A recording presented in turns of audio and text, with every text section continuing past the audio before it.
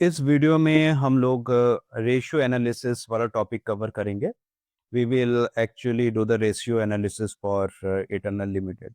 अभी तक in last video में मैंने कैश फ्लो हम लोगों ने कंप्लीट कर लिया था एंड इस वीडियो में हम लोग रेशियो एनालिसिस करेंगे एंड अप्रोप्रिएट इंडस्ट्री के साथ कंपेयर करेंगे। Actually in Indian listed company Zomato का इतना कंपटीटर लिस्टेड नहीं है। There is only one listed company, Swiggy means की इंस्टामार्ट। तो दैट्स वाई कंपैरिजन करने के लिए we also take a reference from international brand like DoorDash and Uber technology. इन दोनों का ऑपरेशन मोस्टली लाइक आपके इटर्नल के जैसा ही है।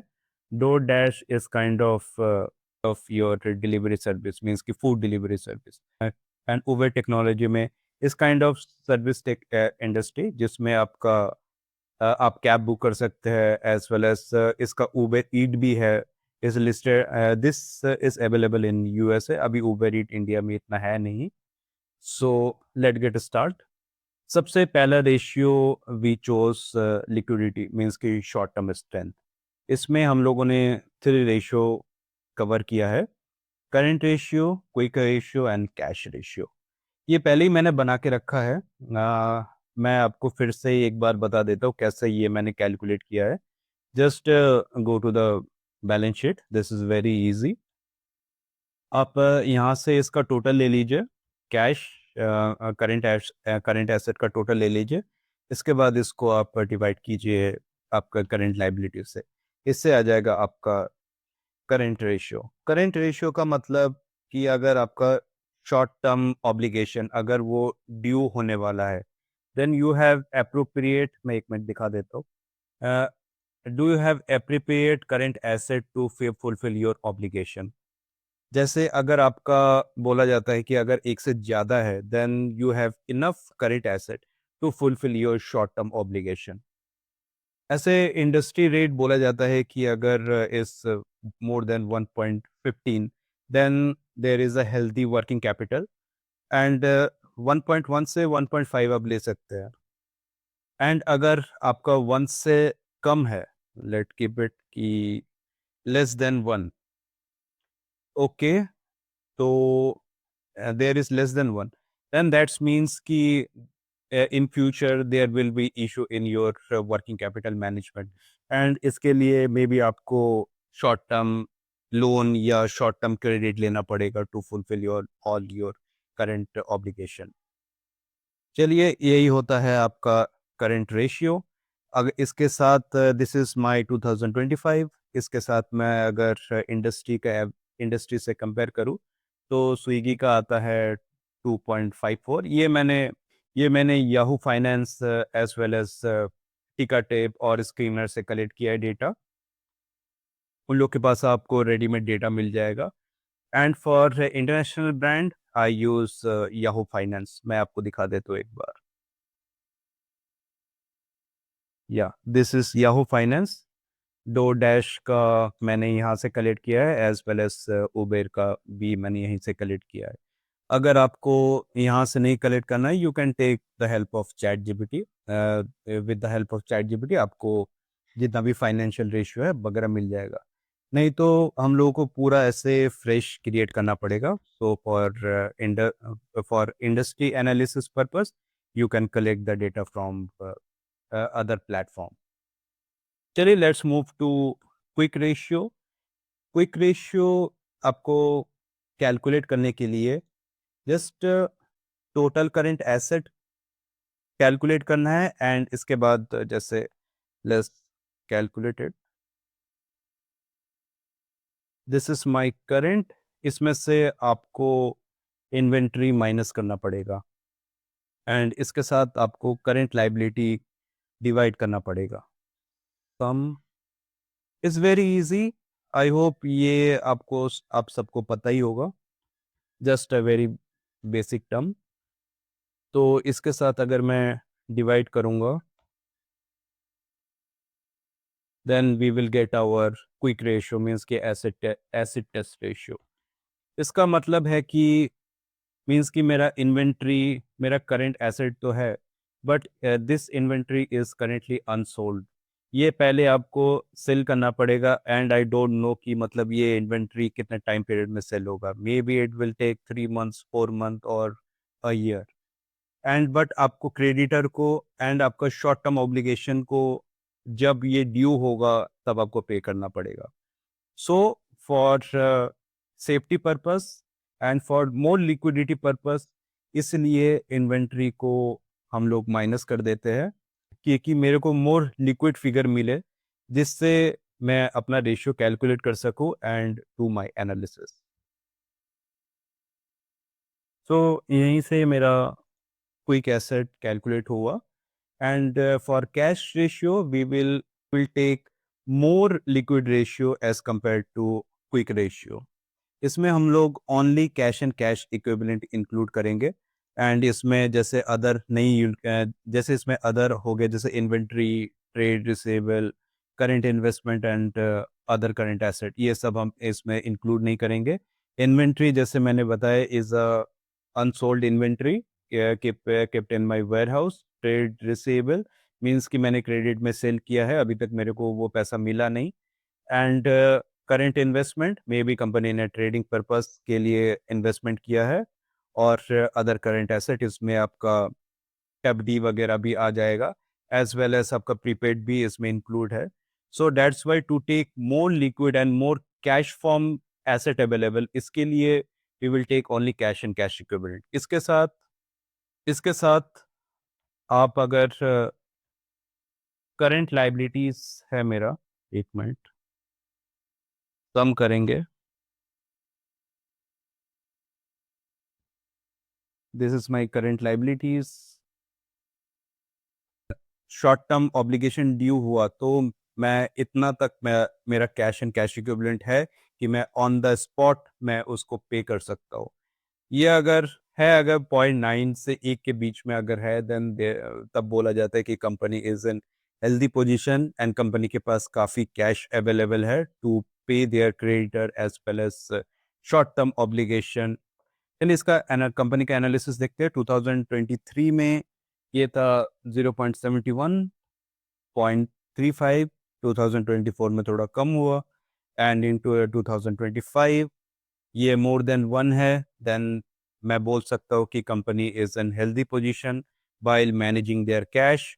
इसको अगर मैं इंडस्ट्री के साथ कंपेयर करूँ तो स्विगी का 0.92 better than Swiggy, as well as better than DoorDash, as well as Overtake. Now, after completing our liquidity ratio, now let's move to profitable ratio. This means ki is linked to the income statement. Most of the three item is linked from income statement, और जो नीचे के दो item है they are linked with income statement as well as your balance sheet. चलिए इसको एक एक करके देख लेते हैं। माई ग्रॉस प्रॉफिट मार्जिन, अगर मैं 1 रुपए का सेल कर रहा हूँ देन मेरा डायरेक्ट कॉस्ट डिडक्ट करने के बाद मेरे पास कितना बच रहा है। मीन्स कि अगर यहाँ पर है 2025 38%, मीन्स कि आप बोल सकते हैं कि 38 पैसा 1 रुपए का सेल करने पे मेरा डायरेक्ट कॉस्ट हटाने के बाद 38 पैसा कंपनी के पास बचता है। एंड ऐसे मेरे को पता नहीं चलेगा। Let's compare with its industry. Swiggy का है 43%, little bit less than Swiggy, because Zomato is currently highly invested in your quick commerce, जैसे Hyperpure उनका ब्रांड हो गया, as well as Blinkit। इन दोनों बिजनेस में एक्चुअली ये दोनों business high volume and low margin business है। एंड अगर मैं रेवेन्यू बिल्डअप में इन लोग का पोर्शन में आपको दिखाऊँ, जैसे प्लस करके this is my Hyperpure and this is my Blinkit divide by total revenue. तो my 56% business is actually quick commerce business. So इसीलिए इसमें लो मार्जिन आप एक्सपीरियंस कर सकते हैं। And on the other hand Swiggy के पास भी इंस्टामार्ट है, but they are invested only 20 to 25%। सो इसीलिए मार्जिन थोड़ा हिट हुआ है as compare to previous year. आप इसका रिजल्ट आप देख सकते हैं। And on the other hand अगर मैं इंटरनेशनल ब्रांड देखूँ, डोर डैश, ये एक्चुअली पूरा ही आपका फूड डिलीवरी सर्विस में है। इन लोगों का अदर इन्वेंटरीज वगैरह एंड इन लोगों का कोई कॉमर्स इतना कुछ खास नहीं है। एज वेल एज उबेर ईट, इन लोगों का भी कुछ रिलेटेड इन्वेंट्री रिलेटेड आइटम कुछ है नहीं। So that's why as compare to their peer groups, Eternal का आप देख सकते हैं कि मार्जिन थोड़ा कम है, एंड आपको इसके पीछे अभी रीज़न भी पता चल गया है। Now let's move to operating profit. Operating profit में अगर देखूँ तो सबका हालत ही ख़राब है यहाँ पर। Zomato currently eight in 2025 -1%, and अगर मैं स्विगी का देखूँ तो ये काफ़ी ख़राब हालत में है। एंड अगर मैं डो डैश का देखूँ तो इस -0.4%, एंड उबेर काफ़ी टाइम से मार्केट में है। So they actually improve their operating profit margin, and ये अभी प्रॉफिट में भी है। एंड इसके पीछे मैं आपको रीज़न बता देता हूँ, because they are currently new in the market. जैसे इटर्नल हो गया, आपका स्विगी हो गया, they are very new in the market, and इन लोगों का अभी प्राइमरी फोकस है to capture the market share rather than to make a profit. So that's why they need to spend huge amount in marketing, general and admin, and as well as other operating costs. And आप देखेंगे कि जैसे जैसे eternal, Swiggy और DoorDash जैसे जैसे market में स्टेबलिश, मतलब अपना पकड़ मजबूत बनाएंगे, वैसे वैसे इन ये लोग अपना ऑपरेटिंग कॉस्ट इम्प्रूव करते रहेंगे इन फ्यूचर। सो हम लोगों ने एजम्पशन पे भी यही लिया है। जैसे आप देख सकते हैं for in upcoming years 3, 6, 10, 12 we are expecting that, and उसके बाद उबेर के अराउंड आसपास आ जाएंगे। Now let's move to net profit. Net profit में आप देख सकते हैं कि operating profit margin is negative, net profit margin is positive. इसका मतलब है कि company is earning profit through non operating income. So ये कुछ पॉजिटिव साइन नहीं है, because they are not much focus on their core operation. Maybe company ने यहाँ पर मैं देख सकता हूँ कि अगर रेवेन्यू बिल्डअप और इनकम स्टेटमेंट में जाके देखूँ, या they are earning much from interest earning as well as other securities। इन दोनों से कंपनी अच्छा खासा इनकम कर रही है। That is okay for short term basis. For long term basis, for as per investment purpose, the company should make more focus on their operating as well as gross profit margin. इन सबको improve करो, इन सबको बढ़ाओ, rather than working on non operating item, line item. And same Swiggy का भी same ऐसे ही है। आप देख सकते हैं कि नेगेटिव पॉइंट यहाँ पर थोड़ा कम हुआ है। एज वेल एज डोरडैश का भी यही है। They are actually earning income, मतलब profit earning from non operating income, may be to attract their investor are focusing more on EPS. So that's why ये काफ़ी लोग कंपनी विंडो ड्रेसिंग भी करती है। So we are aware about it. So now let's move to return on capital employed. Return on capital employed का मतलब, let's go to your balance sheet. Balance sheet में मतलब कि कंपनी ने कितना इन्वेस्ट किया है in business. It include both equity as well as long term debt. मतलब कंपनी ने इन दोनों से जितना भी फंड आया है, that's they invest in the business. So return on employed capital का मतलब है कि मैंने जितना भी equity as well as long term debt से मैंने जो फंड रेज किया है, उस पे मैंने कितना अपना रिटर्न अर्न किया है। इस kind of return of a business, not a equity shareholder, is actually a income return generated by business using both equity as well as long term liability। इसके लिए आपको इनकम स्टेटमेंट में जाना पड़ेगा, and you need to divide the total operating income with average capital employed, जो होता है कि total equity plus your long term debt. हम लोग ऑपरेटिंग इनकम क्यों लेंगे, जस्ट मैं यहाँ पर कॉपी कर दूँ फिर मैं आपको बताता हूँ।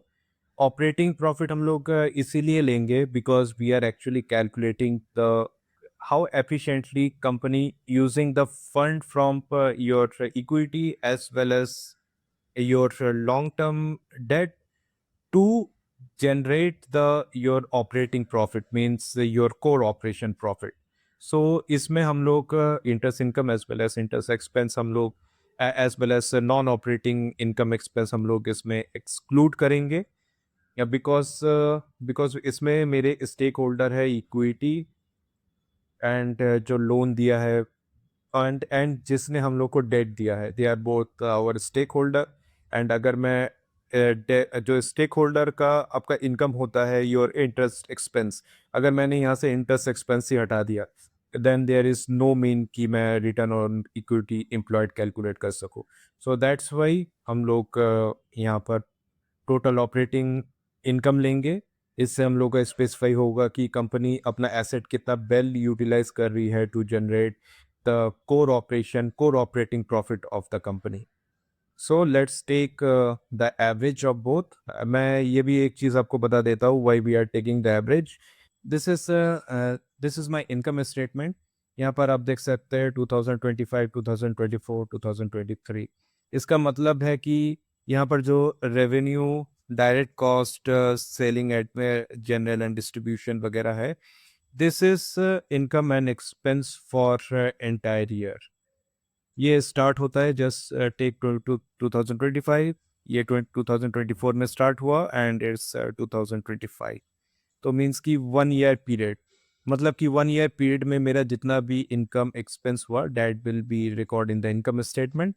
और ऑन द अदर हैंड जो बैलेंस शीट है जो मेरा, जो यहाँ पर 2025 है, इसका मतलब है कि on this date is not the entire year, ये स्पेसिफाई कर रहा है कि ऑन दिस पीरियड मीन्स कि ऑन द 31st मार्च 2025 को मेरा एसेट एंड लाइबिलिटीज का पोजीशन क्या है। इस काइंड ऑफ बैलेंस आपको दिखा रहा है ऑन दैट स्पेसिफिक पीरियड। सो ये हो गया मेरा इनकम स्टेटमेंट एंड ये एक पर्टिकुलर टाइम का at the end of the period ये मेरा बैलेंस शीट का फिगर है। सो while comparing income statement with your balance sheet, it is recommended to take a average from opening and the closing, जिससे मेरे को entire period का average आ जाएगा, then we can compare with our income statement. So that's why it is recommended while you calculating the ratio with your income statement, take average of your balance sheet, जिससे आपको more accurate answer मिले। चलिए now let's get back to our topic. यहाँ पर हम लोग जल्दी से कैलकुलेट करते, just get back to our topic. आप यहाँ पर देख सकते हैं कि वाइल फॉर्मूला में हम लोगों ने इनकम स्टेटमेंट का ऑपरेटिंग प्रॉफिट लिया है, इसको डिवाइड किया है average balance of your total equity and your total long term liabilities. इससे आपका आ जाएगा return on capital employed. Now let's move to return on equity. Return on equity calculate करने के लिए आपको नेट प्रॉफिट के साथ एवरेज इक्विटी को डिवाइड करना पड़ेगा, तब जाके आपको रिटर्न ऑन इक्विटी मिलेगा। मैं आपको इनकम स्टेटमेंट में एक बार लेके जाता हूँ। This is your net profit. हम लोग नेट प्रॉफिट क्यों लेंगे? Because net profit is income remain after deducting all your interest expense. Government को जितना टैक्स देना है उसको कट कुटा के आपके पास जितना भी इनकम बचेगा that is part of your equity share holder. मैं इसको डिलीट कर देता हूँ एक बार। That is sorry, that is part of your equity share holder. अब बैलेंस शीट में जाइए, this is your equity share holder. इन सबको आप ऐड कीजिए, इसको भी एंड इसको भी ऐड कीजिए एंड इसका एवरेज करके आप कैलकुलेट कर दीजिए, then you will get that this figure 2%, उसके बाद 3%, then you will track the formula and you will get the result. But मैं इसको भी एक बार डिलीट कर देता हूँ। बट फॉर एनालिसिस पर्पस आप रिटर्न ऑन इक्विटी कैलकुलेट करके एनालाइज कर सकते हैं company to company, but for investment purpose relying on return on equity is actually not recommended. चलिए मैं इसके पीछे आपको रीज़न बता देता हूँ। दिस इज माई एक कोई भी company, random company I open TCS। Okay, तो TCS का ROE आपको यहाँ पर दिख रहा है कि काफ़ी अच्छा है, इस ऑलमोस्ट 52.4%। तो मैंने यहाँ पर एक ब्लैंक सेल में मैंने TCS का ROE मैंने यहाँ पर कलेक्ट कर लिया। कि आप मेरे को बताइए, अगर आपने TCS में इन्वेस्ट किया, then you are expecting the same ROE, return on equity? इसका जवाब है definitely not. Return on equity actually calculate होता है योर बुक वैल्यू। लेट्स मैं आपको दिखा देता हूँ। This is balance sheet, and balance sheet actually prepared होता है on the basis of book value. मैं एक बार बुक वैल्यू कैलकुलेट करके बताता हूँ कितना इसका बुक वैल्यू आ रहा है। This is 2025 book value.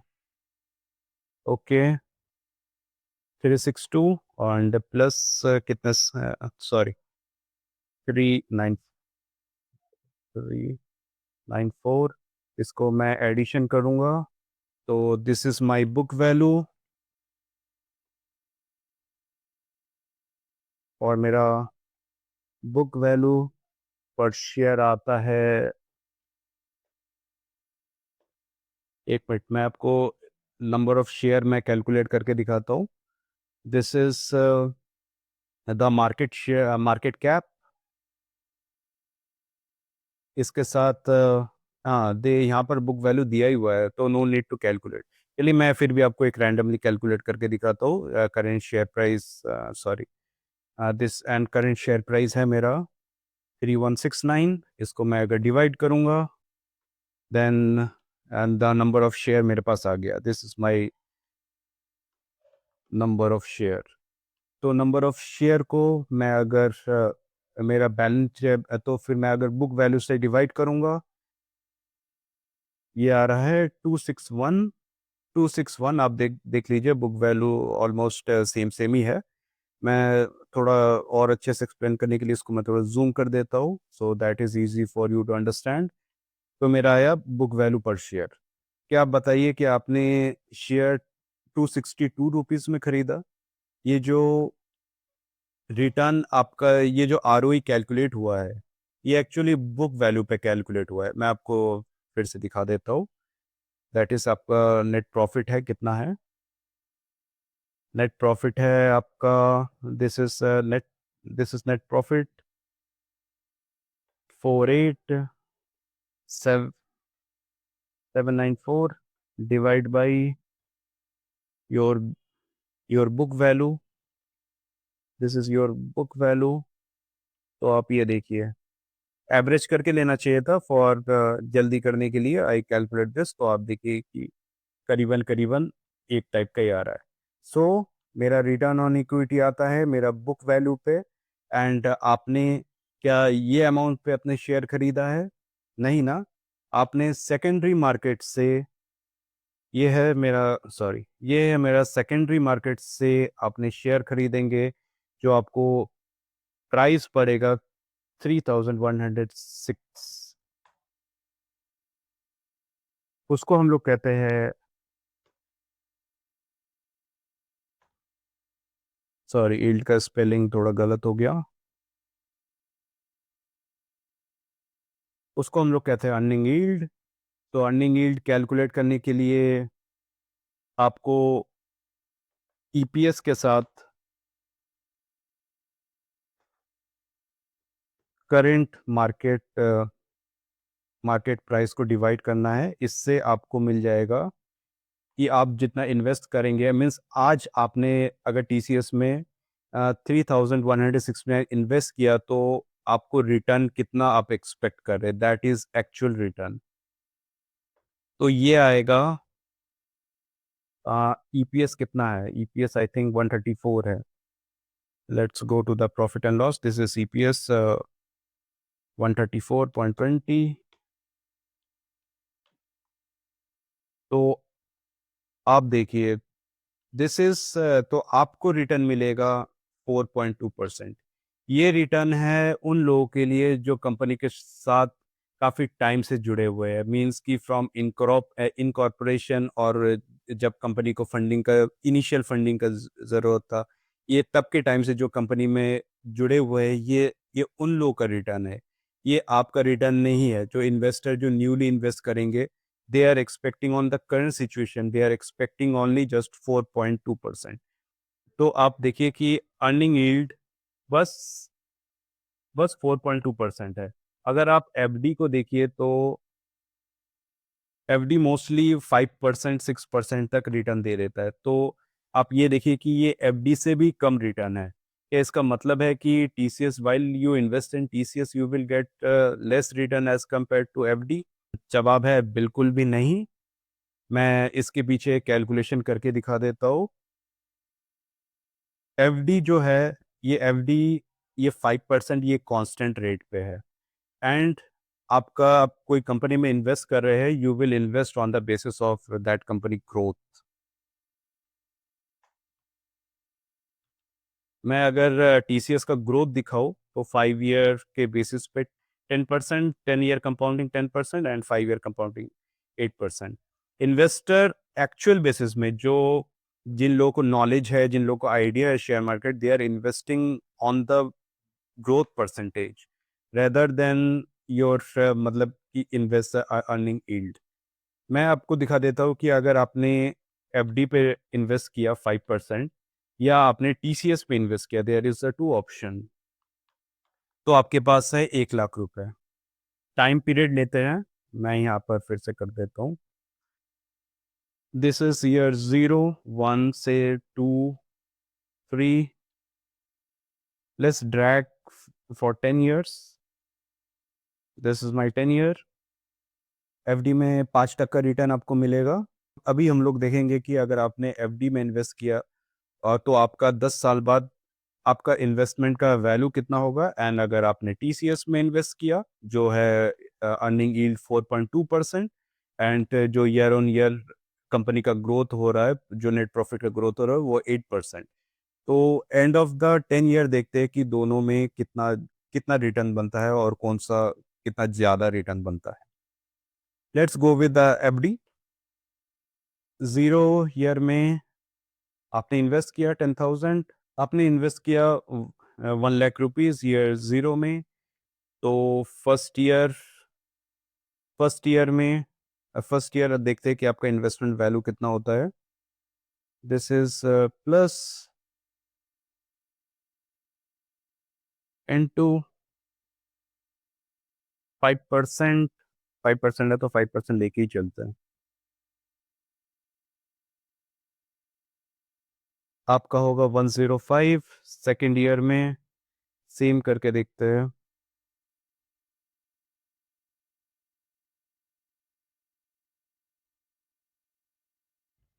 आपने अगर एफडी करवाया देन आफ्टर 10 ईयर, 10 साल के बाद तो आपका इन्वेस्टमेंट का वैल्यू होगा 1,62,889। नाउ लेट्स सी, अगर आपने टीसीएस में इन्वेस्ट किया with the investment yield of 4.2% and growth of 8%, तो आप अभी देखते हैं कि क्या रिजल्ट आता है। इसके लिए आपको करना क्या पड़ेगा, देयर इज ईपीएस पहले लेता हूँ। 134.2 ईपीएस 0 में है, एंड नेक्स्ट ईयर आपका ईपीएस 8% से बढ़ेगा। तो 1+, इसको फ्रीज करते हैं।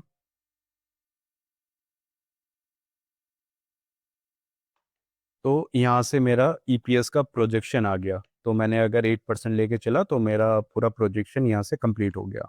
Now let's calculate earning yield projection. इसके लिए just divide with the current market price and upcoming year के लिए this is my EPS. And मैं करंट मार्केट वैल्यू ही लूँगा क्योंकि आई एम एक्सपेक्टिंग दैट कि मैंने ईयर 0 में इन्वेस्ट किया 3,196 रुपीज़। सो इसके लिए मैं इसको फ्रीज कर दूंगा। तो ईयर एंड ईयर बेसिस देखिए, मेरा अर्निंग यील्ड में ग्रोथ आपको दिख रहा है 8% से। चलिए अभी इसका देखते हैं कि ईयर 10 में कितना इन्वेस्टमेंट वैल्यू होता है of your investment. Just into,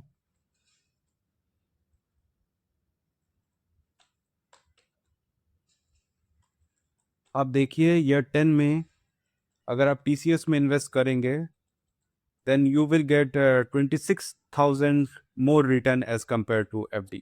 FD का रेट ज़्यादा था, but then why TCS beat FD? Because TCS के पास growth है. With the help of growth, they can increase your earning yield. But ये रिटर्न आपको थोड़ा कम दिखेगा बिकॉज हम लोगों ने 10 ईयर का प्रोजेक्शन लिया है। जैसे जैसे आप और साल का प्रोजेक्शन लेंगे, जैसे 20 साल, 25 साल, 30 साल, तब आपको ये रिटर्न और भी ज़्यादा इंक्रीज आपको देखने मिलेगा। जैसे मैं और प्रोजेक्शन का और साल में लेता हूँ। Let's go further. This is 18, चलिए 20 साल के लिए लेते हैं।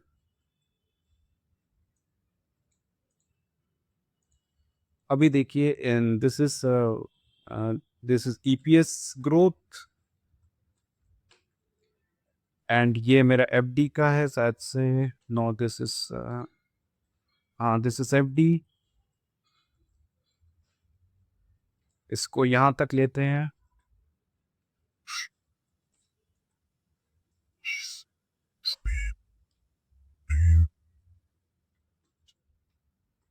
अभी देखिए डिफरेंस 4 लाख, 4.5 लाख का आपको डिफरेंस देखने मिल रहा है। इसीलिए कहते हैं कि आप जितना लॉन्ग टर्म आप जितना देर तक आप शेयर मार्केट में अपना फंड इन्वेस्ट करके रखते हैं, आपको उतना ही benefit later of the year आपको मिलता है। And and the second scenario is TCS is kind of, मैं यहाँ पर लिख देता हूँ, is a value stock.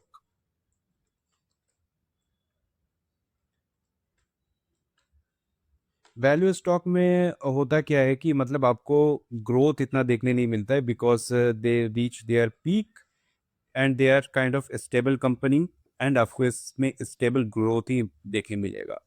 And अगर आपको शेयर मार्केट में exponential income as well as आपको वेल्थ क्रिएट करना है, then try to find out some growth stock. Growth stock का जैसे टीसीएस में देखिए कि ग्रोथ 8% है। ग्रोथ स्टॉक में आपको ग्रोथ 20, 25 या 30% के बीच में आपको मिल जाएगा। जैसे मैं इटर्नल के केस में आपको दिखा देता हूँ। जैसे 10 ईयर पीरियड आपको नहीं मिलेगा, बिकॉज ये लिस्ट ही हुआ है लेस देन 5 ईयर्स। 5 ईयर का देखिए कि 17%। लास्ट 3 ईयर का आप प्रॉफिट ग्रोथ में देखिए 32%। मतलब कि आप देख सकते हैं कि इन ग्रोथ स्टॉक में आपको काफ़ी अच्छा ग्रोथ देखने मिलेगा। सो लेट्स टेक की लेट्स एज्यूम कि अर्निंग यील्ड आपको 2% आपको मिल रहा है in year 0।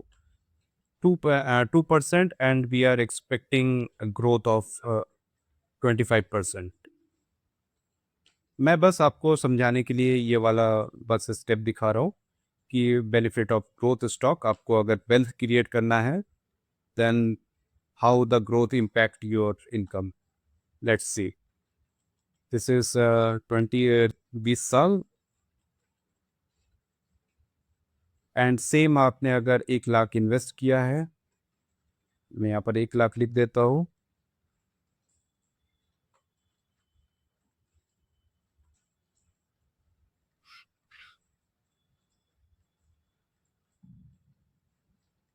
Plus into,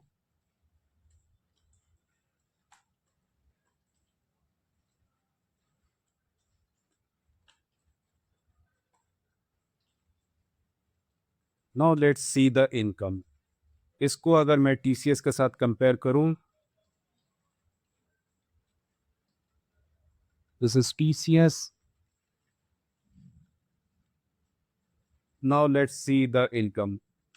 and आपको इसमें अच्छे से समझ नहीं आ रहा है, देन लेट आपके लिए मैं एक ग्राफ प्लॉट कर देता हूँ, so that will easy you to understand कि growth, FD as well as value stock में आपको कैसा डिफरेंस देखने मिलेगा। Sorry,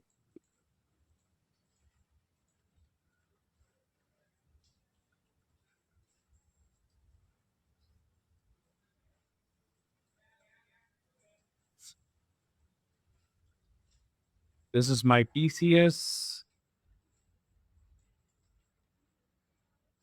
and this is my Eternal.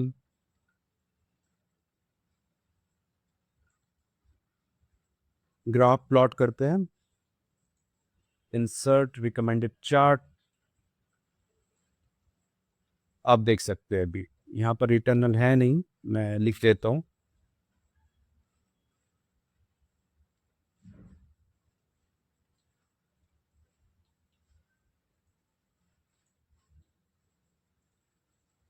ये देखिए, if you want to make a real wealth then go with a growth stock, and you need a stable income, go with FD and value stock. But इसके साथ साथ there is a risk कि अगर if something happen in a growth, जैसे मैं अभी Asian paint का आपको दिखाता हूँ, what happened with Asian paint. This is growth stock, but पिछले कुछ सालों में we are seeing a revenue decline.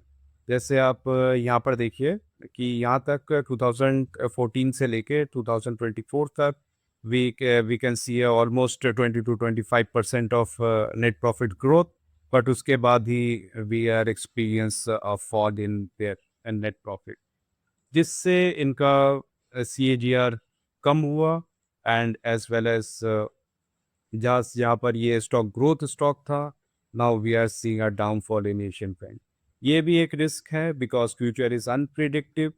So it is recommend, जो आपके पास रिक्वायर्ड फंड है, that emergency fund, try to invest in the FD as well as your value stock, and जो आपके पास डिस्पोजेबल इनकम है, try to invest in growth stock for wealth creation. And wealth creation के लिए there is, you can search over hair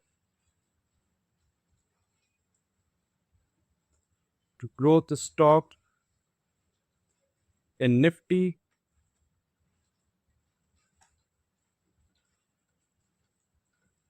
यहाँ पर आपको सारे ग्रोथ स्टॉक मिल जाएंगे। Try to analyse them, try to understand their business. अगर आपको अच्छा लगा है, try to invest and invest your disposable income and create your unimaginable wealth. So that is important of growth matrix. So अभी आपको समझ में आ गया होगा the importance of earning yield and investment through earning yield, rather rely on your return on equity. For analysis purpose हम लोग इसको लेके चलते हैं, and same goes to return on capital employed। ये भी हिस्टोरिकल वैल्यू पे आप कैलकुलेट होता है, बिकॉज बैलेंस शीट आपका हिस्टोरिकल वैल्यू ही प्रेजेंट करता है। Now let's move to next ratio, that is solvency ratio, in another term long term stability. Basically ये रेशियो आपके कंपनी का फाइनेंशियल रिस्क स्पेसिफाई करता है। जैसे इसमें कवर होता है debt to equity ratio, debt ratio and interest coverage ratio. Because debt is your legal obligation, so that's why it is very important metric to analyze। Let us start। सबसे पहले आता है debt to equity. Debt to equity calculate करने के लिए this is very simple ratio, debt divide by your total equity. इसमें कहा जाता है कि अगर आपका रेशियो 1 से कम है, then that very good sign and the company will manage their all the financial risk, and अगर more than 1 है, then the company is in financial risk and something happen to your growth and earning that will cause financial trouble and long term stability of your company। Same ऐसे ही अभी आते हैं eternal के financial पर। Eternal का mostly capital structure mostly equity है, means के through they all the investment and all the capital raise mostly from equity. मैं आपको यहाँ पर दिखा देता हूँ थ्रू बैलेंस शीट। आप यहाँ से देख के आपको समझ में आ जाएगा। The equity portion is almost in 2023 19,000 crore, और एंड आपका लोन का अमाउंट है इसको, और अगर इसको करूँ तो mostly 500 crore. So that's why ये रेशियो 1 से काफ़ी कम है एंड इटर्नल का कोई इतना फाइनेंशियल रिस्क एज पर रेशियो भी नहीं है। अभी नेक्स्ट रेशियो देखते हैं कि debt ratio is actually your total debt divide by your total asset. मतलब कि आपके टोटल एसेट में से जो आपका टोटल एसेट है वो कितना पोर्शन डेट फंडिंग है, इस मैट्रिक्स से आपको ये पता चलता है। तो आपके टोटल एसेट में से आपका, मैं देखूँ 3% इन 2020 23 24 में 4% 6%, मीन्स कि आपके टोटल एसेट का 6% आपने with the help of debt आपने फंडिंग किया है। एंड इनके कंपटीटर को भी देखूँ तो सबका ही यही है, most of them are kind of similar nature. हाँ, बिकॉज सर्विस बेस्ड इंडस्ट्री में लोन इतना नहीं मिलता, that's why that's why equity funding is more important in service based sector. और इंटरेस्ट कवरेज रेशियो, इंटरेस्ट का भी इतना अमाउंट नहीं है। If I go through the income statement तो इंटरेस्ट भी काफ़ी कम है, आप देख सकते हैं यहाँ पर 49, एंड ये इजीली मैनेजेबल है। करंट सिचुएशन अभी operating income is in negative, so इसलिए अभी ऑन दिस बेसिस आपको नेगेटिव में दिख रहा है। On the in future term that will be, in future the problem will be solve. So in my opinion solvency ratio is not a problem for eternal. Now let's move to efficiency ratio. Efficiency ratio हम लोगों ने पहले ही calculate किया है in working capital. आपको अगर working capital के बारे में जानना है तो वर्किंग कैपिटल मैनेजमेंट वाला वीडियो आप प्लीज़ उसको गो थ्रू कीजिए। जैसे इन्वेंट्री डे रेशियो है, मैं ऊपर ऊपर से बता देता हूँ, मतलब कि 4 दिन कंपनी के वेयरहाउस में प्रोडक्ट रहता है, बस दैट्स इट। और इनके कंपटीटर देखूँ तो काफ़ी कम है, 1.1 1.1, मतलब इन सब का एक दिन। एंड इटर्नल का इतना ज़्यादा क्यों है, because they are in quick commerce में इन लोगों का अभी काफ़ी अच्छा प्रेजेंस है। Mostly 50 to 60% their income is coming from quick commerce. And इन लोग के पास अभी एंड एंड इटर्नल के पास अभी currently 2000 plus dark store available है। On the other hand Swiggy के पास ओनली 500 है। दैट्स वाई इन्वेंट्री मैनेजमेंट के लिए अभी इतना ज़्यादा है as compare to their competitors. Trade receivable is not a issue, 24 days, 59 71 days. With the help of this ratio I can say that ki Eternal is in a strong position. Trade payable 50 is a reasonable 50 मतलब 2 month का credit period. Same for Swiggy, आपका इसमें ज़्यादा है, आप आपका dough dash में ज़्यादा है एंड इसका भी सिमिलर है। Now let's to asset turnover, मतलब इट्स सो कि how efficiently you are using your asset to generate revenue. तो करेंट सिनेरियो में थोड़ा इनएफिशिएंट है and in future we are expecting that will be rectified. Swiggy as पर अभी देखो तो स्विगी ने ऑलरेडी कर लिया है। एंड अनदर फैक्टर दैट कि जोमेटो अभी, अदर फैक्ट दैट कि इटर्नल का अभी वेयर हाउस में they are investing more, their work in progress भी है, एंड दैट्स द रीज़न थोड़ा इसमें भी कम दिख रहा है। But in future we can expect a good healthy outcome in future. Working capital days negative, that is very good sign, better than Swiggy, सबका ऐसे ही है। सो आप इस सब रेशियो को एक बार गो थ्रू कीजिए, सब में फॉर्मूला मैंने ऑलरेडी पुट अप करके रखा है, बस आप एक बार फॉर्मूला गो थ्रू कीजिए जिससे आपको इसमें परेशानी ना हो। एंड ये टॉपिक मैं यहीं पर ही एंड करता हूँ। In next video we will cover the वैक, weighted average cost of capital, and उसके बाद we will do the DCF valuation. So till now, thank you very much. See you in next video.